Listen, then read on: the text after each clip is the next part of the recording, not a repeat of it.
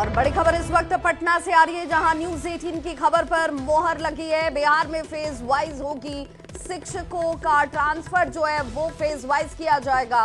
पहले फेज में गंभीर बीमारी से ग्रसित शिक्षकों का ट्रांसफर होगा। दूसरे फेज में पति पत्नी के पदस्थापन के आधार पर ये ट्रांसफर किए जाएंगे और तीसरे चरण में दूरी के आधार पर महिला टीचर का ऐच्छिक ट्रांसफर किया जाएगा। साथ ही साथ चौथे फेज में पुरुष शिक्षकों का दूरी के आधार पर यह ऐच्छिक ट्रांसफर होगा। फेज वाइज आवेदन की फिर से होगी जो स्क्रूटनी है वो प्रक्रिया एक बार फिर से होगी, यानी कि जिन 4 फेजों में ये अब आपको पोस्टिंग दी जाएगी उसमें भी आधार तय कर दिए गए हैं। साथ ही साथ फेज वाइज आवेदन की स्क्रूटनी की जाएगी। अभ्यावेदन की स्क्रूटनी के लिए 16 पदाधिकारियों की प्रतिनियुक्ति तक कर दी गई है।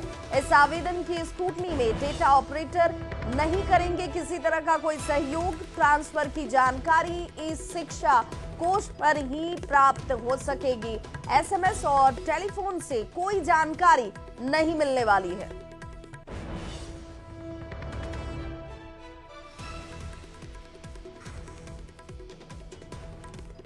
और इस बड़ी खबर के साथ पटना से इस न्यूज 18 संवाददाता रजनीश जुड़ गए हमारे साथ। रजनीश, अब ये मानकर चला जाए कि जो पदस्थापन के आधार 4 चरणों में 4 फेज में कहें वो शिक्षकों के सामने होंगे और उसकी जानकारी उन्हें सिर्फ ई शिक्षा कोष पर ही मिलेगी।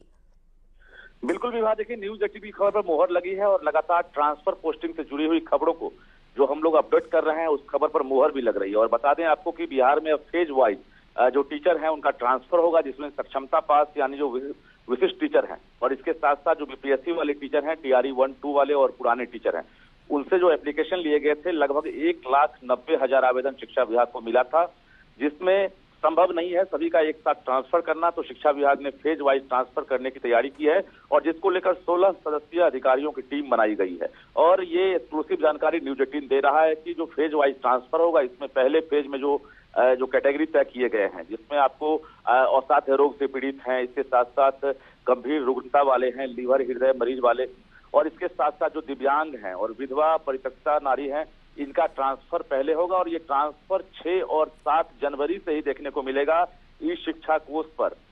टीचर आईडी से सभी लॉगिन करेंगे जो इस कैटेगरी के होंगे और उन्हें ये सूचना मिल जाएगी कि उनका ट्रांसफर कहाँ किया गया है। तो कुल मिलाकर जो अभ्यावेदन मांगे गए थे उन अभ्यावेदन पर अब आज से एक्शन शुरू हो गया है। तमाम जो 16 सदस्यीय अधिकारी हैं वो अब फाइनल रूप से स्क्रूटनी कर रहे हैं और जैसे जैसे स्क्रूटनी की जाएगी उसके बाद जो है उन्हें ट्रांसफर का लाभ मिलेगा। और